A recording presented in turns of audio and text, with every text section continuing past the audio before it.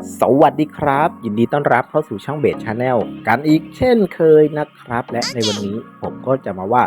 ตัวละครที่มีรูปร่างลักษณะคล้ายกับเจ้าฉลามสามขามากๆเลยนะครับมันก็จะเป็นหวัดเพชฌฆาตสามขานั่นเองชื่อเรียกจริงๆผมไม่รู้นะว่าชื่อเรียกของเจ้าตัวนี้มันเรียกว่าอะไรนะครับเพื่อนๆน้องๆคนไหนนะครับที่รู้จักเจ้าตัวละครตัวนี้นะก็คอมเมนต์บอกผมหน่อยแล้วกันโอเคและเพื่อไม่ให้เป็นการเสียเวลาเราก็ไปลงมือวาดเจ้าตัวละครตัวนี้กันเลยครับไปกันเลย